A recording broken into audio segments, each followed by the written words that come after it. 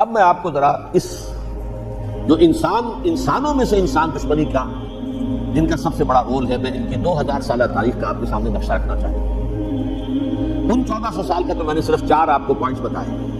موسیٰ سے عیسیٰ تک 1400 برس علیہ السلام، 2 مرتبہ عروج، 2 مرتبہ زوال، اشیریوں کے ہاتھوں پٹوائی، بابلیوں کے ہاتھوں پٹانا، گریکس کے ہاتھوں مرمت، رومنز کے ہاتھوں مرمت۔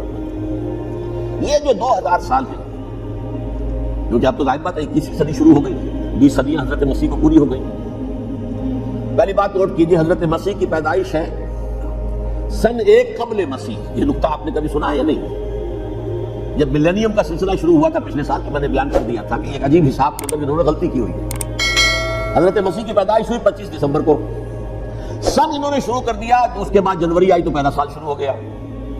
اگر جنوری سے پہلا سال شروع ہوا تو یہ 6 دن جو ہے تو اس کے پچھلے سال میں تھے، لہذا کہا جائے گا کہ Jesus Christ was born 1 year before Christ BC۔ تو 1 قبل مسیح میں حضرت مسیح کی پیدائش ہوئی۔ یہ آخری اسرائیلی نبی اور رسول۔ یہودی علماء کی مخالفت، دشمنی، سولی پر چڑھوا دینا میں بیان کر چکا ہوں۔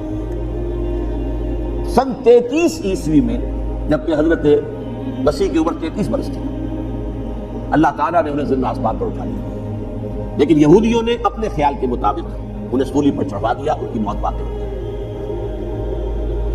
اگرچہ اس کے بعد یہ اختلاف ہے، یہودی کہتے ہیں وہ سولی پر چڑھ گیا، ختم ہوا، مر گیا۔ عیسائی کہتے ہیں نہیں، انتقال ہوا ہے مسیح کا صلیب پر، لیکن پھر وہ دوبارہ زندہ ہو گئے۔ ان کی لاش ایک غار میں رکھ دی گئی تھی، وہاں ریزریکشن ہو گیا، ان کا پاس بادل موت وہی ہو گیا، اور پھر انہیں اللہ نے زندہ آسمان پر اٹھا دیا۔ تو ہمارے اور عیسائیوں کے درمیان نوٹ کر لیجیے، یہ چیز مشترک ہے کہ حضرت مسیح آسمان پر زندہ اٹھائے گئے۔ فرق کیا ہے؟ وہ سمجھتے ہیں کہ سولی دیے گئے، سولی پر مرے، پھر زندہ ہوئے، پھر گئے۔ ہم سمجھتے ہیں کہ نہیں، وما صلبوہ وما قتلوہ، انہوں نے نہ صلیب دے سکے انہیں اور نہ انہیں قتل کر سکے، بل رفعہ اللہ الیہ، اللہ نے اٹھا لیا۔ پھر ہمارا اور اس کا عیسائیوں کا ایک اور اتفاق ہے، سیکنڈ کمنگ آف جیسس، حضرت مسیح دوبارہ آئیں گے۔ یہ عیسائیوں کا بھی عقیدہ ہے اور ہمارا بھی۔ تو جیسا کہ میں نے عرض کیا کہ اس وقت یہ عذاب استیصال، عذاب اکبر کے مستحق ہو چکے تھے، لیکن اللہ نے ان کی مدت دراز کی ہے۔ لیکن ان پر دنیاوی عذاب کا ایک کوڑا جو ہے اللہ تعالیٰ کی طرف سے اسی وقت برسا، دنیاوی عذاب دنیا میں رہتے ہوئے ختم نہیں کیا۔ 37 برس بعد حضرت مسیح کے رفع سماوی کے 37 برس بعد سن 70 میں یہودیوں نے بغاوت کی رومیوں کے خلاف۔ رومی ٹائٹس جنرل تھا ایک، اس نے پھر جو حملہ کیا ہے، 1,33,000 یہودی ایک دن میں قتل کیا یروشلم میں، اور ہیکل سلیمانی گرا دیا۔ وہ ہیکل پہلے بھی گرا تھا، پہلے 1400 سال کے دوران میں بھی نبوکدنضر نے گرایا تھا، لیکن پھر اس کے 150 سال بعد انہوں نے دوبارہ بنا لیا تھا، اس لیے وہ اسے سیکنڈ ٹیمپل کہتے ہیں۔ پہلا ٹیمپل جو حضرت سلیمان نے بنایا تھا، نبوکدنضر نے گرا دیا 587 قبل مسیح میں، پھر دوبارہ انہوں نے 150 سال کے بعد بنا لیا۔ وہ اس تاریخ کا حصہ ہے، میں نے جس کے بارے میں آپ کو تفصیل نہیں بتائی۔ اس میں یہ ہوا سن 70 میں وہ گرا دیا گیا، وہ آج تک گرا پڑا ہوا ہے۔ نمبر 2، یہ کہہ دیا گیا کہ یہودیوں اس ارض فلسطین سے نکل جاؤ، تم یہاں نہیں رہ سکتے۔ لہذا جس کا جہاں سینگ سمایا چلا گیا، یورپ میں چلے گئے، ایشیا میں آ گئے، عرب میں آ گئے۔ یہ 3 قبیلے جو رات بھی میں نے عرض کیا تھا، بنو قینقاع، بنو نذیر اور بنو قریظہ، یہ وہاں سے آ کے مدینے میں آباد ہو گئے۔ جس کا جہاں سینگ سمایا، افریقہ میں، ہندوستان میں، جہاں چلے گئے۔ ڈایاسپورا اسے کہتے ہیں، وہ آپ نوٹ کر لیجیے اس لفظ کو، ڈایاسپورا، ہمارا دور انتشار، جبکہ ہمیں ہماری اصل سرزمین تو فلسطین ہے۔ حضرت ابراہیم کا مسکن، حضرت اسحاق، حضرت یعقوب کا مسکن فلسطین، یہ ہے ہماری اصل جاگیر، یہ تو ہماری جدی پشتی جاگیر ہے۔ لیکن یہاں سے نکال دیے گئے سن 70 عیسوی میں، اور وہاں سے لے کے 1917 تک ان کا ڈایاسپورا جاری رہا۔ یہ دور انتشار ہے۔ اس دور انتشار کے چند حصے ہیں جس کو میں چاہتا ہوں کہ آپ علیحدہ سمجھیں۔ دور انتشار کا جو پہلا جو ہے تقریباً 300 برس، رومی حکمران تھے، وہ یہودیوں کے بھی دشمن تھے اور عیسائیوں کے بھی دشمن تھے۔ عیسائی اور یہودی ایک دوسرے کے بھی دشمن تھے، لیکن رومی سمجھتے تھے کہ یہ ایک ہی تھیلی کے چٹے بٹے ہیں، رومیوں کے نزدیک عیسائی بھی یہودیوں ہی کا ایک فرقہ تھے، کوئی علیحدہ مذہب تو تھا ہی نہیں۔ لہذا رومی جو ہے رومن، وہ ان دونوں کو ستاتے تھے، مارتے تھے، اور یہ آپس میں لڑتے تھے۔ یہودی عیسائیوں کو مارتے تھے، عیسائی یہودیوں کو مارتے تھے۔ یہ ہے 300 برس تک کی تاریخ۔ سن 300 عیسوی میں کیا ہوا؟ ایک معجزہ ہو گیا۔ بہت عظیم امپرر کنسٹنٹائن، قسطنطین اعظم، رومن امپررز میں سے بہت بڑا امپرر، وہ عیسائی ہو گئے۔ اب تو معاملہ بالکل تلپٹ ہو گیا، پوری سلطنت عیسائی ہو گئی۔ اب عیسائیوں کے عیش ہو گئے اور یہودیوں پہ مار پڑنی شروع ہوئی۔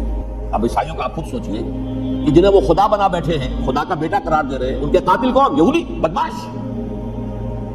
لہذا ان کی وہ پٹائی شروع ہوئی ہے یورپ میں، پوری رومن امپائر میں انہیں ذلیل کیا گیا، شہروں میں آمد بند، علیحدہ رہو، گھیٹوز کے اندر رہو۔ یہودی کا نام جو ہے وہ گالی بن گیا، جیسے آج بھی یہودی گالی کہتے ہیں، جیسے خنزیر کا لفظ آخر وہ بھی اللہ کی مخلوق ہے، لیکن آپ کو معلوم ہے کوئی شخص زبان پہ نام نہیں لانا چاہتا خنزیر کا، سور کا، ہے تو مخلوق، وہ بھی ایک حیوان ہے۔ ایسے ہی ہے یہودی گالی، جیو گالی۔ لہذا ایک طرف تو ان دونوں کے درمیان دشمنی، اس کو قرآن کہتا ہے وَأَغْرَيْنَا بَيْنَهُمُ الْعَدَاوَةَ وَالْبَغْضَاءَ، ہم نے ان کے مابین دشمنی جو ہے پیدا کر دی۔ اور جب یہ پوری سلطنت عیسائی ہو گئی تو قافیہ تنگ ہو گیا یہودیوں کا۔ اب آئیے 571 عیسوی،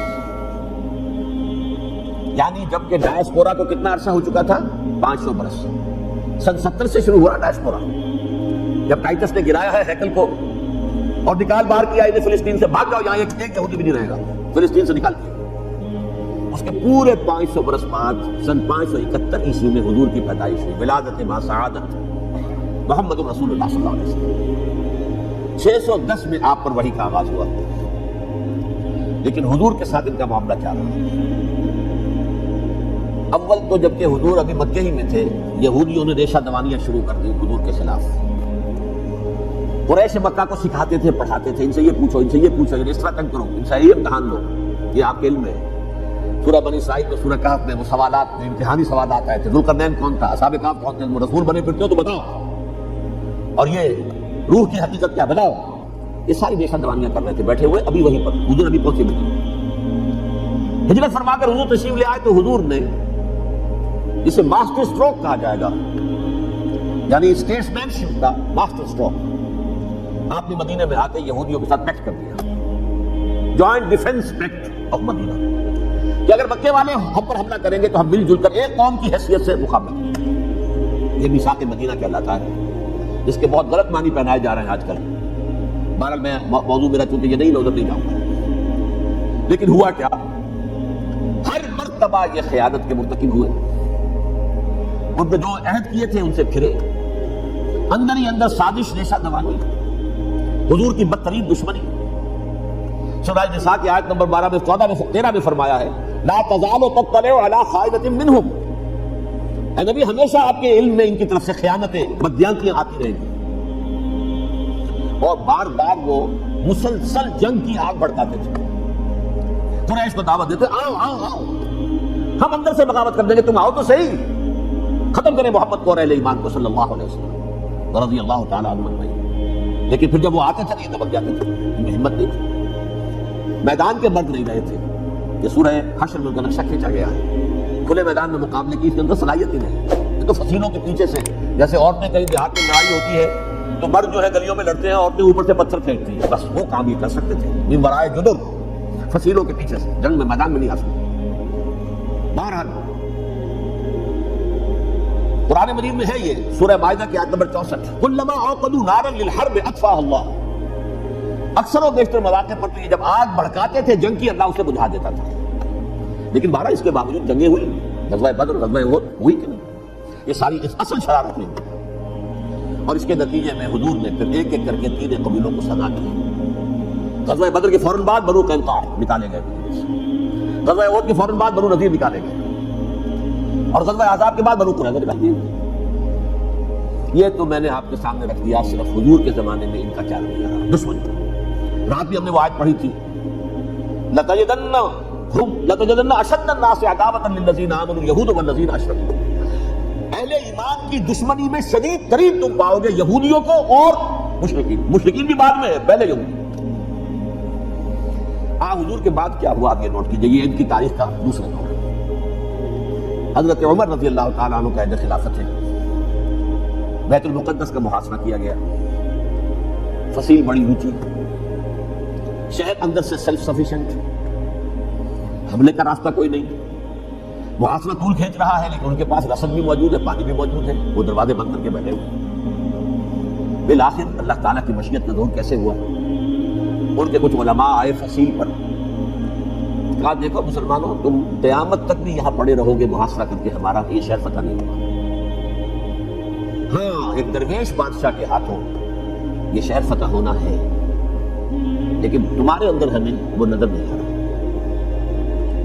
ابو عبیدہ بن الجراح رضی اللہ تعالی عنہ، امین هذه الامہ، ان کا فوراً ذہن گیا وہ درویش بادشاہ مدینے میں بیٹھا ہوا ہے، عمر رضی اللہ تعالی۔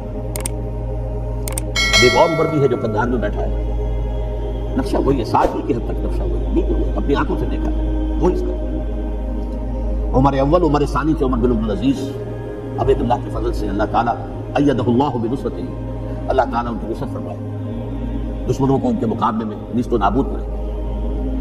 انہوں نے ریکویسٹ بھیج دی کہ حضور تشریف لائیے، یہ شہر فتح ہو جائے گا۔ وہ ہے سفر تاریخی، اتنا طویل سفر، تقریباً 700 میل، ایک اونٹ، ایک خادم، ایک منزل پہ امیر المومنین اوپر بیٹھے، خادم آگے چل رہا ہے، اگلی منزل پہ خادم اوپر بیٹھا ہے، امیر المومنین آگے جا رہا ہے۔ اور جب پہنچے ہیں تو وہ باری تھی خادم کی، انہیں ہاتھ جوڑ دیا حضور خدا کے لیے، تم کیا کہیں گے لوگ، وہ میرا برا حال کر دیں گے، تمہیں شرم نہیں آئی؟ امیر المومنین پیدل آگے چل رہے ہیں، نکیل پکڑ کر، تم بیٹھے اوپر براجمان ہو۔ حضرت ابو فرمایا دور دورک، نہیں باری تمہاری، بیٹھو۔ اس حال میں پہنچے ہیں، اور پھر یہ کہ ابو عبیدہ بن الجراح آئے ہیں، استقبال کیا ہے تو دیکھا ہے اس حال میں چلے آ رہے ہیں، عمر نکیل پکڑے ہوئے چلی آ رہی ہے، اور کہتے ہیں کہ کہیں کیچڑ ویچڑ تھا، جوتے خراب ہو گئے تھے، وہ بھی اتار کے ہاتھ میں پکڑے ہوئے، کپڑے تو تھے ہی پھٹے ہوئے۔ انہوں نے کہا کہ حضرت ابو عبیدہ نے، دیکھیے یہ بڑا متمدن ملک ہے، بڑا مہذب علاقہ ہے یہ، آپ ذرا کھلیے اپنا دوست فرما لیں تب جا کے پیش کروں، ہم آپ کو کریں گے۔ آپ نے فرمایا نحن قوم اعزنا اللہ بالاسلام، ہم وہ قوم ہیں جنہیں اللہ نے عزت دی ہے اسلام کے ذریعے سے، کپڑوں کے ذریعے سے نہیں، دولت کے ذریعے سے۔ اسی حال میں گئے ہیں، اوپر سے انہوں نے کھڑے ہو کر نشانیاں دیکھی، اپنی کتابیں کھولی، ہاں یہ وہی ہے، اچھا مجھے سرنڈر، شہر تمہارے ہاتھ میں، خون کا ایک قطرہ نہیں وہاں، اور بیت المقدس فتح ہوا۔ لیکن اس وقت حضرت عمر نے ایک نرمی یہ کی کہ یہودیوں کے لیے بھی اسے اوپن سٹی قرار دے دیا۔ یہ احسان عظیم حضرت عمر کا، اس سے پہلے یہودی آ ہی نہیں سکتا تھا، داخل نہیں ہو سکتا تھا، وہاں وہ آ کر وزٹ نہیں کر سکتا تھا، زیارت نہیں کر سکتا تھا اپنے مقدس مقامات کی۔ حضرت عمر نے یوں سمجھیے کہ تقریباً 550 برس کے بعد ان کے لیے راستہ کھولا ہے کہ ہاں تم آ سکتے ہو، زیارت کر سکتے ہو۔ لیکن یہ عیسائیوں نے لکھوایا معاہدے کے اندر، انہیں یہاں آپ آباد ہونے کی اجازت نہیں دیں گے، لیکن کم وزٹ دی پلیسز، دیکھیں زیارتیں کریں گے جائیں۔ یہ معاہدہ حضرت عمر کا ہے رضی اللہ تعالیٰ، جو پھر خلافت راشدہ کے بعد بنو امیہ نے بھی اس کو آرڈر کیا، بنو عباس نے کیا، پھر جو ہمارے یہ ترکوں میں اندر خلافت آئی تو ترک خلفاء نے بھی اس معاہدے کی پوری پابندی کی۔ فلسطین میں آ سکتے ہیں یہودی صرف زائرین کی حیثیت سے، وہاں آباد نہیں ہو سکتے۔ اب آئیے اگلا دور آیا حضرت عثمان کا دور خلافت، یہ ہے وہ وقت کہ اب یہود نے امت مسلمہ کی پیٹھ میں چھکا کھولا۔ وہ کیسے؟ ایک یہودی عبداللہ ابن سبا اسلام کا لبادہ اوڑھ کر آ گیا، معاشرے کا جائزہ لے لیا، ان میں بنو ہاشم اور بنو امیہ میں جو پرانی کشاکش تھی اس کے کچھ نہ کچھ جراثیم باقی ہیں، اگر ان کو ذرا بھڑکا دے تو مسلمانوں میں انتشار کرنا ہوگا۔ کہا یہ عثمان کون ہے؟ تو بنو امیہ میں سے ہے، یہ حق تو بنو ہاشم کا ہے، خلافت ان کے پاس ہونی چاہیے، محمد کے تو رشتہ دار ہو گئے صلی اللہ علیہ وسلم۔ عوام الناس کے اندر بات کہنا شروع ہوئی، پھر ایک بڑی سازش کے انداز میں حضرت عثمان کے خلاف پروپیگنڈا، حضرت عثمان کے جو عاملین تھے، گورنر تھے، ان کے خلاف پروپیگنڈا، اور ایسی ہوشیاری کرتے تھے کہ کوفے کے حاکم کے خلاف کچھ نہیں کہنا، اجی مصر میں یہ ہو رہا ہے، اجی شام میں یہ ہو رہا ہے، اجی یہ جو عثمان ہے وہ یہ کر رہا ہے، یہ ظلم ہو رہا ہے، یہ لوٹ مار ہو رہی ہے، یہ خیانتیں ہو رہی ہیں۔ اب نہ تو اس زمانے میں مینز آف کمیونیکیشن، کیسے تصدیق کریں؟ افواہیں تو آپ آج کراچی کے اندر شروع ہو جائے تو پتہ نہیں چل سکتا کسی کو کہ کیا اس میں صداقت ہے کیا جھوٹ ہے. اور بری بات جو ہے فطرت انسانی کی کمزوری ہے وہ فوراً قبول کرتا ہے. کسی کے بارے میں اچھی بات ماننے کو تیار نہیں ہوتا لیکن بری بات تو فوراً تیار ہے. بہرحال یہ فتنہ انہوں نے اٹھایا, حضرت علی کی الوہیت کا فتنہ اٹھایا, حضرت عثمان کے خلاف الفتنۃ الکبریٰ برپا کیا, حضرت عثمان شہید ہوئے. اس کے بعد 5 برس تک مسلمان ایک دوسرے کی گردنیں کاٹتے رہے, باغی خانہ جنگی ہوئی. امت کو وہ زخم لگایا ہے جو آج تک جس سے خون رس رہا ہے. یہ شیعان عثمان اور شیعان علی تھے جو بعد میں پھر سنی اور شیعہ ہوئے, اور آج تک فتنہ کس نے جگایا؟ ایک عبداللہ ابن سبا یہودی اور اس کے کارندے, شیطان کا ایجنٹ, اور انسانوں میں سے بھی اس کے جو بھی حواریین تھے اور شیطانوں کے اندر سے بھی تو انہوں نے جو آگ کو بڑھتا ہے. یہ آپ سوچ لیجئے کہ یہ کس نے وہ زخم لگایا؟ یہودی. اگلا دور آیا, خلافت راشدہ ختم ہوئی, بنو امیہ کا بھی دور کافی گزر گیا. طارق ابن زیاد 712 عیسوی میں حملہ کرتے ہیں اسپین پر. اسپین اس وقت عیسائیت کا بہت بڑا گڑھ, بڑے کٹر ترین عیسائی جو ہے وہ اسپین میں تھے. لہذا یہودیوں کی وہاں بہت مٹائی ہوتی تھی, میں بتا چکا ہوں, دشمنی تھی چلی آ رہی تھی. عیسائیوں کے ہاتھوں یہودیوں کی وہ تو سن 300 عیسوی سے ایمپرر کانسٹنٹائن کے بعد سے شروع ہو گئی تھی. اس حوالے سے یہودیوں نے اس وقت چادر کی یہ برتی, کچھ راستے واسطے بتائے, کچھ مدد کی طارق ابن زیاد کی. طارق ابن زیاد نے اپنا محسن سمجھا, ہسپانیہ فتح ہو گیا. تو یہودی چونکہ محسنین کی فہرست میں آ چکے تھے, انہیں بہت اقتدار ملی, بڑی سپورٹ مسلمانوں نے دی. ان کے بڑے بڑے علماء جو اسی دور کے اندر پیدا ہوئے, بڑے بڑے تھنکرز ان کے اسی دور میں پیدا ہوئے. بن گوریون جو کہ ایک وزیر اعظم تھا اسرائیل کا, اس نے یہ لکھا اپنی کتاب میں, مسلم Spain was the golden era of our diaspora. وہ ڈائسپورا جو 70 عیسوی سے شروع ہوا تھا اور 1917 عیسوی تک جاری رہا ہے, اس میں سے گولڈن ایرا ہمارا جو تھا وہ مسلم اسپین تھا. ہسپانیہ میں بیٹھ کر ہم نے عیش کیا. لیکن وہاں سے انہوں نے اور جو کچھ کیا, یہ تو داستان کے تو بہت سے گوشے ہیں, لیکن میں جس اسٹریٹ لائن میں چل رہا ہوں اس کے اعتبار سے ایک بات سمجھ لیں. وہاں بیٹھ کر انہوں نے اب عیسائیت کی پیٹھ میں چھڑا ہوگا, پروٹیسٹنٹ مذہب پیدا کیا, تقسیم کر دیا. جیسے شیعہ سنی کی تقسیم, عبداللہ ابن سبا, رومن کیتھولک اور پروٹیسٹنٹ کی تقسیم, یہودی علماء.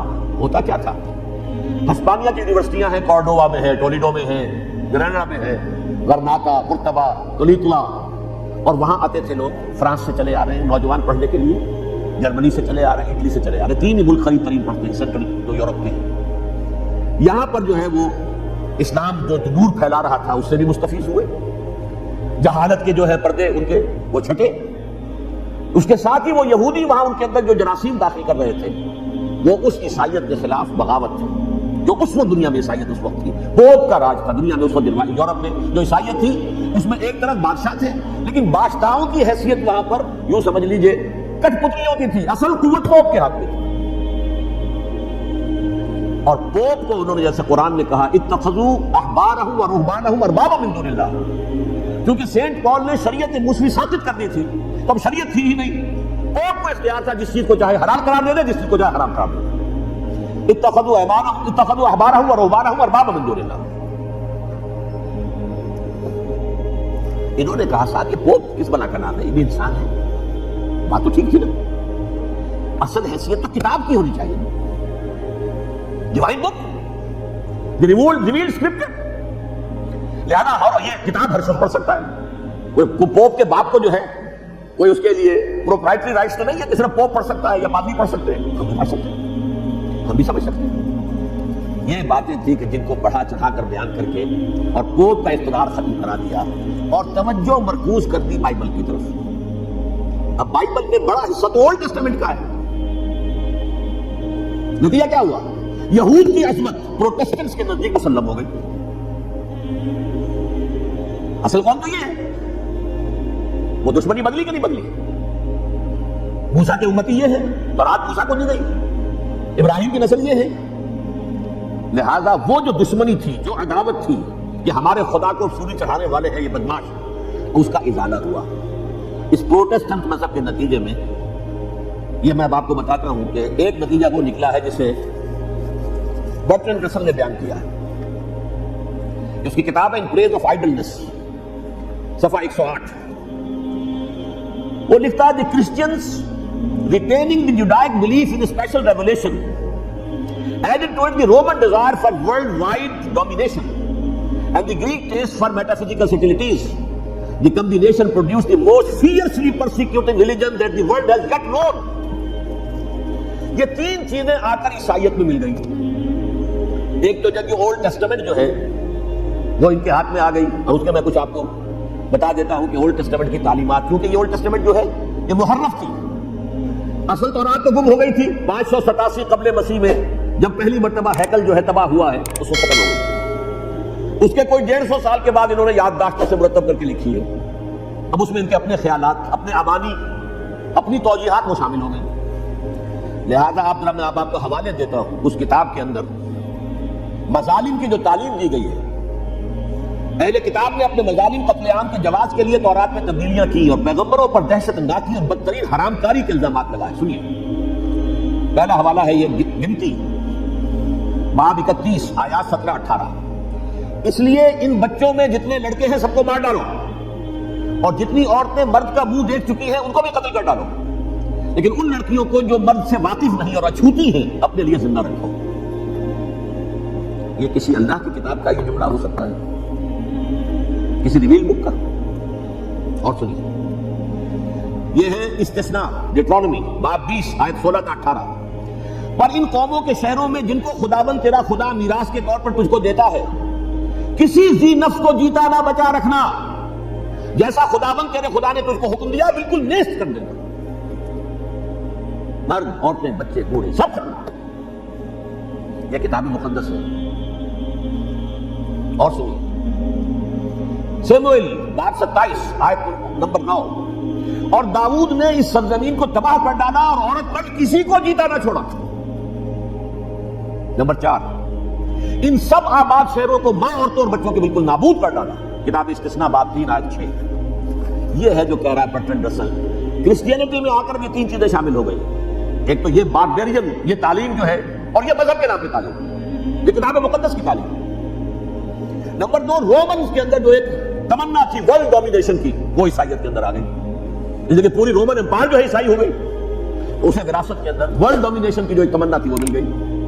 اور پھر یہ کہ انہوں نے جو توہمات تھے یونانیوں کے, ان کو بھی اپنے ہاں مختلف شکلوں کے اندر جمع کر لیا. ان تین چیزوں کا the combination produced the most fiercely persecuting religion that the world has yet known. اس کے نتیجے میں دنیا میں تاریخ انسانیت کے اندر جو بدترین خونخوار ترین مذہب ہو سکتا ہے وہ شکل عیسائیت نے اختیار کی. اور اس کا مظہر عدم کیا تھا؟ نوٹ کیجیے, صلیبی جنگیں. ایک بات ٹائم ٹیبل کے اعتبار سے نوٹ کر لیجیے گا. فرسٹ ملینیم ختم ہوا, سیکنڈ شروع ہوا. ان کے 1000 سال ختم ہوئے تو 11ویں صدی میں سیکنڈ ملینیم شروع ہوا, تو پہلی صلیبی جنگیں لاکھوں مسلمان قتل ہوئے. صرف یروشلم کے اندر اتنا خون بہایا ہے کہ خود ان کے ہسٹورینز لکھتے ہیں کہ جب ان صلیبیوں نے, جب گھوڑوں کے ساتھ وہ چل رہے تھے گلیوں میں, تو ان کے گھوڑوں کے گھٹنوں تک خون کی ندی بہ رہی تھی. جہاں سے گزرے ختم کرتے چلے, آبادیاں کی آبادیاں ختم. اگرچہ اس کروسیڈ میں یہودیوں کے ساتھ گھن بھی پسا, یہودی بھی بہت مارے تھے. یہ فرانس سے, جرمنی سے جب یہ کروسیڈرز آ رہے تھے 3000 میل کا سفر طے کر کے آئے تھے. سوچیں سے اربن ثانی پوپ جو تھا, آگ لگا دی تھی اس نے پورے یورپ کے اندر. شرم سے ڈوب مرو, تمہارے مقدس علاقے مسلمانوں کے ہاتھ میں. انفیڈلز, یہ کافر, یہ مرتد, یہ ملا. مسیح جہاں پیدا ہوا, مسیح کو جہاں سولی دی گئی, وہ کہاں ہے؟ ان کے ہاتھ میں. وہ آگ لگائی ہے, 3000 میل کا فاصلہ طے کر کے یہ قوم آئی ہے, اور جو تباہی مچائی ہے. تاریخ انسانی میں ایسی بربریت کی کوئی مثال. اور یہ ان کے اپنے ہسٹورینز لکھتے ہیں. شرم کے بارے میں ایسے محسوس ہوتا ہے جیسے ان کی گردنیں جھکی جا رہی ہیں. اگر آپ کو ویڈیو اچھی لگی تو چینل کو سبسکرائب کریں. ڈاکٹر اسرار احمد رحمت اللہ کے لیے سورہ فاتحہ اور کامنٹ میں آمین لکھیں.